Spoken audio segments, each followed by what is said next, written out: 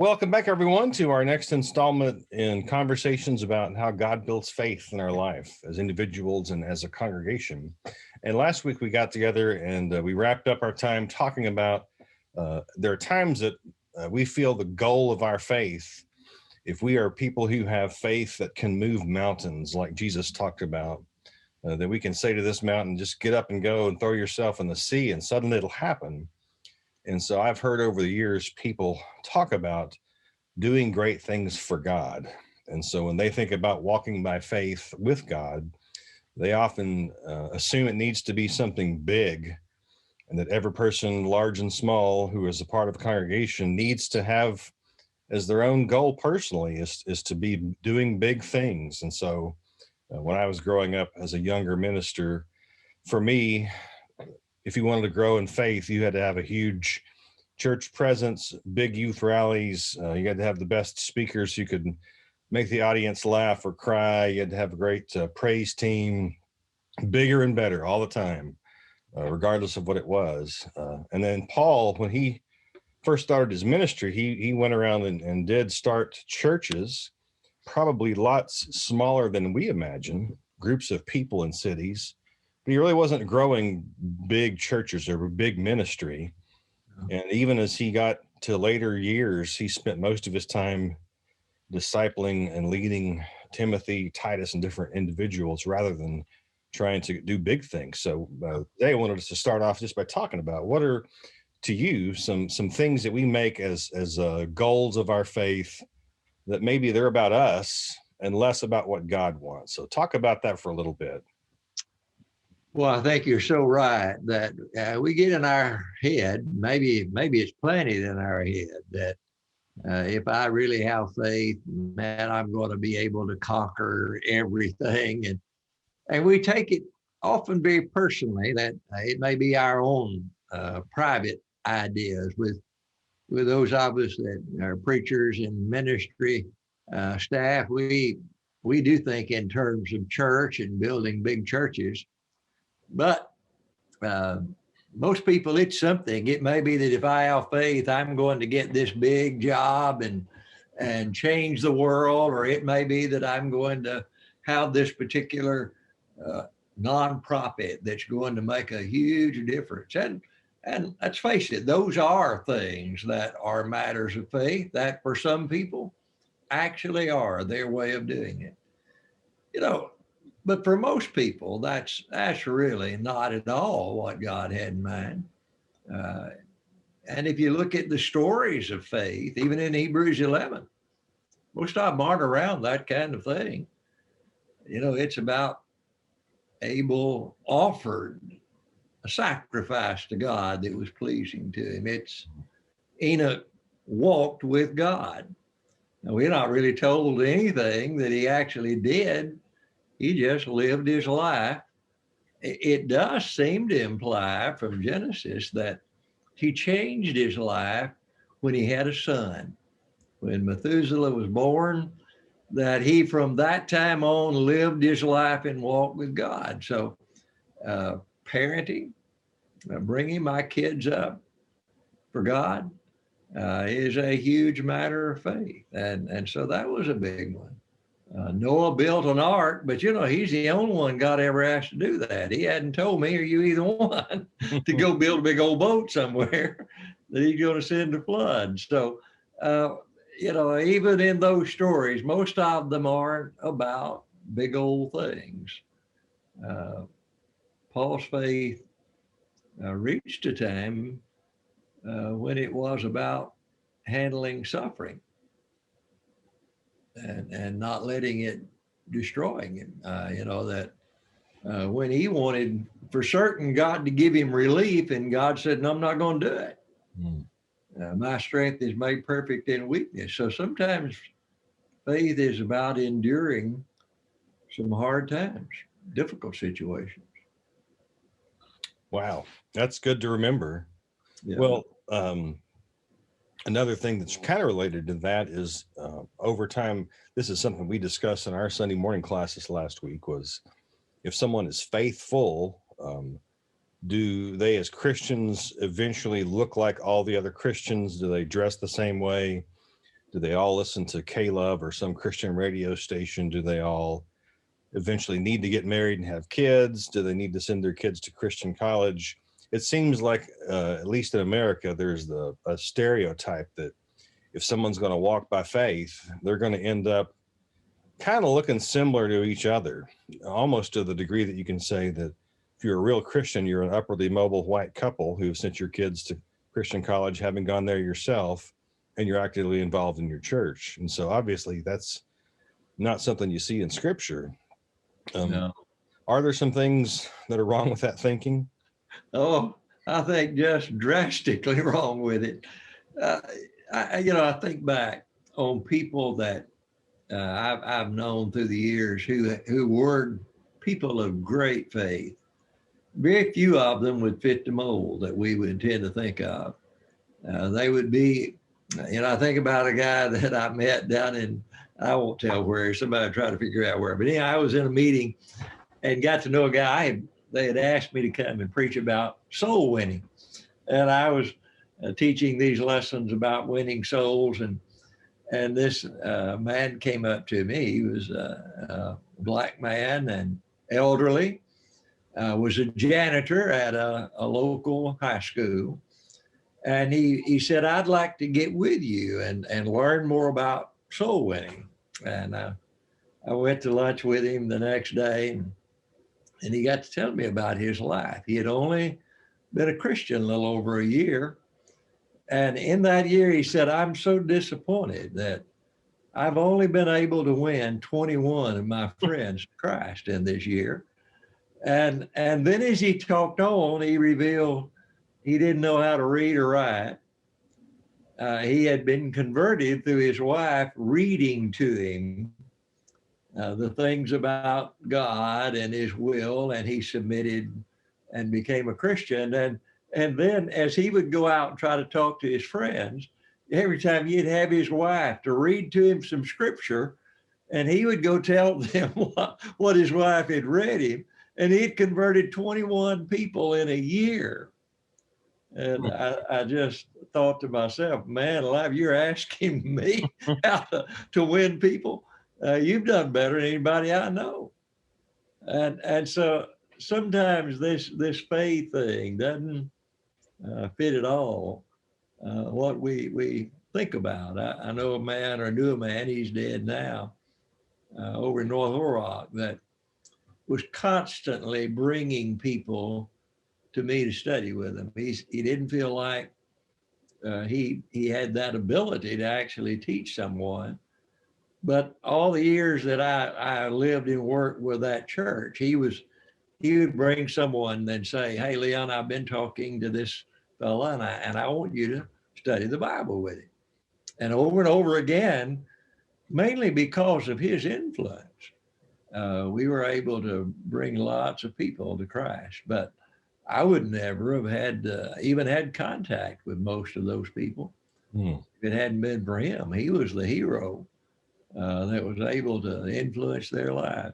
And so here's some guys that are people of amazing faith. I remember a lady that she really had very little, but all the years I knew her, she was taking children in that were always children that had problems, the ones that nobody else wanted to have. And so she became the foster parent for I don't know how many children through the years, and always with some that had major problems. Well, I want to tell you, she had amazing faith.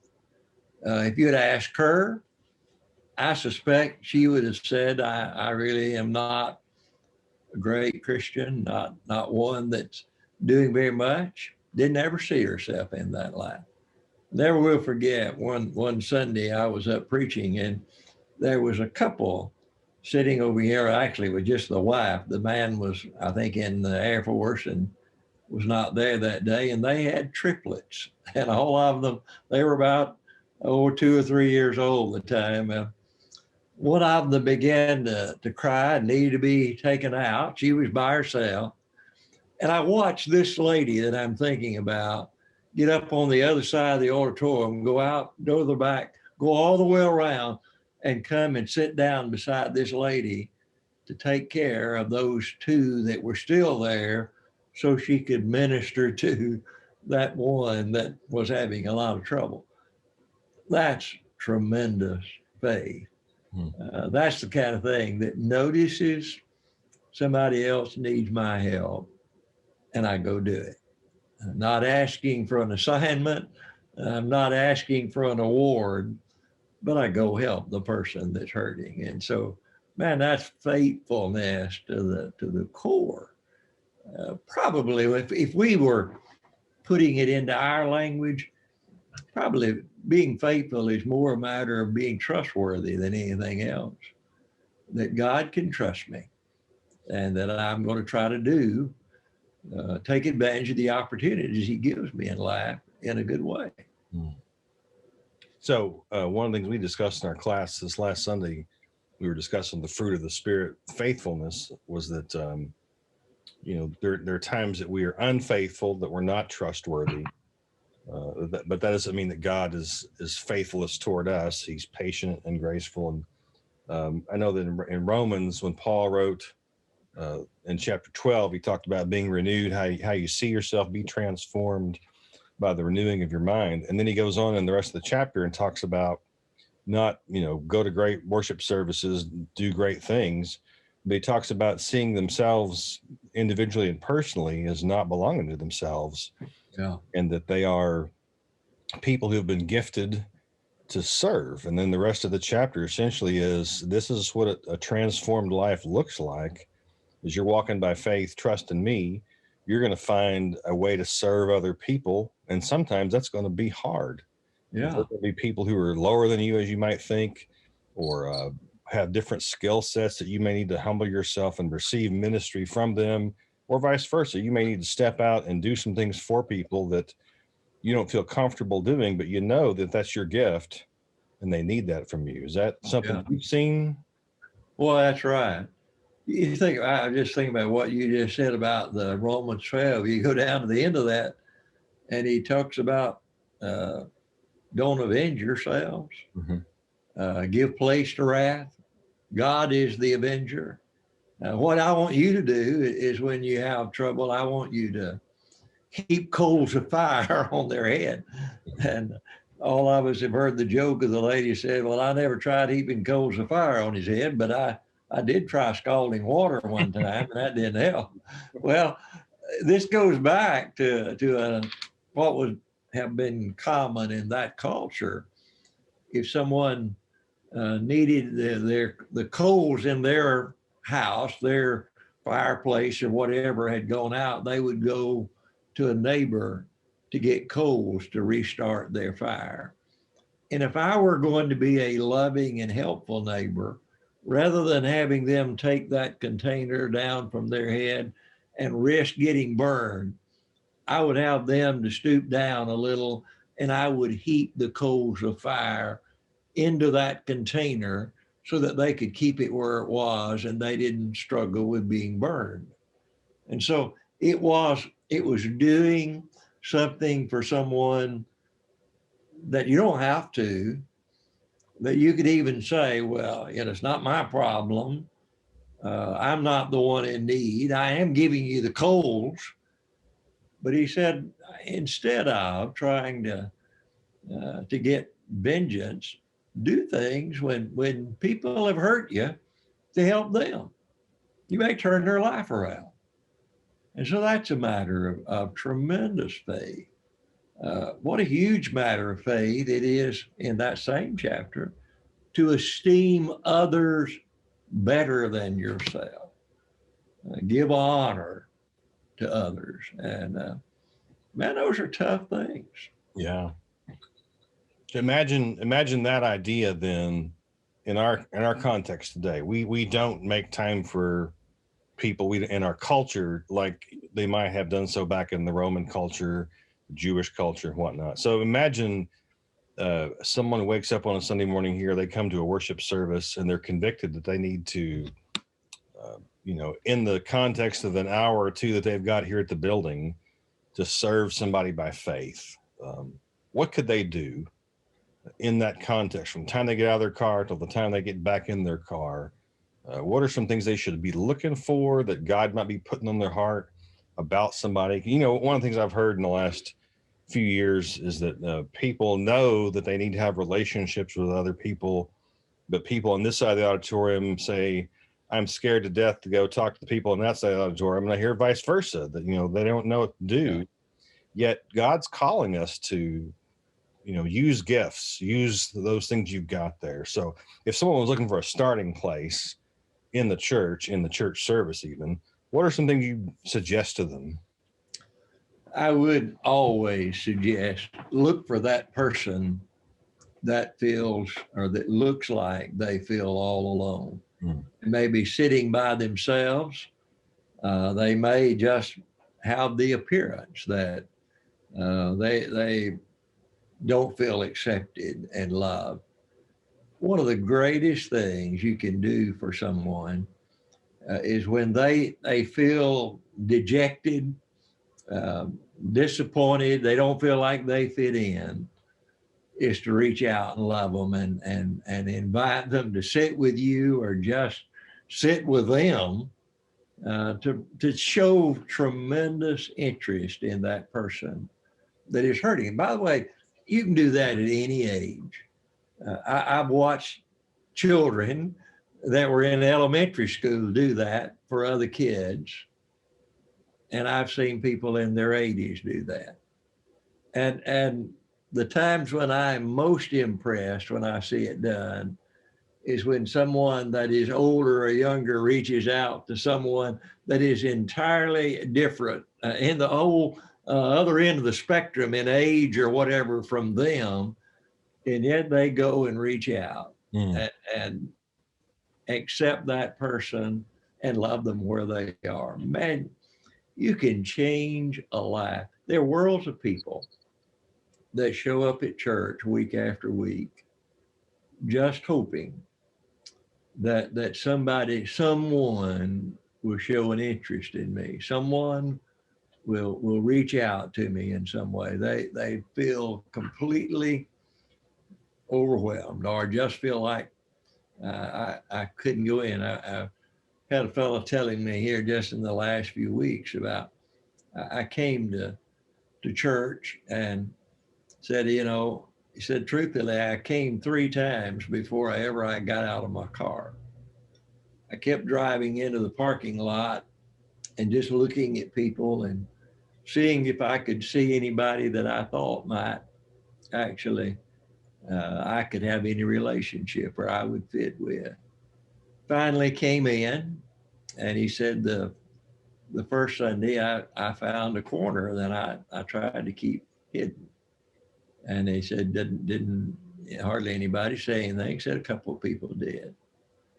But then he said, you know, the second Sunday I was here, and he named the person, came over to me and just began to talk to me like I was somebody that might be worth something, showed interest in me. And he was just saying, said, it just turned my life around. That I just thought nobody. And he said, I found out really that there were lots of good people around that really did care. But he said, I couldn't imagine. And he told about things that he had been involved in and emotional challenges that he had and he had been on the other side of the law in several situations. But as time had gone by, people loved him and it changed him entirely. You know, we can do that. You can teach your kids to do that in school. I guarantee you in every elementary and high school in this country, and probably every college, there's some kid sitting in that room that feels like nobody cares a thing about me. I don't fit. Yeah.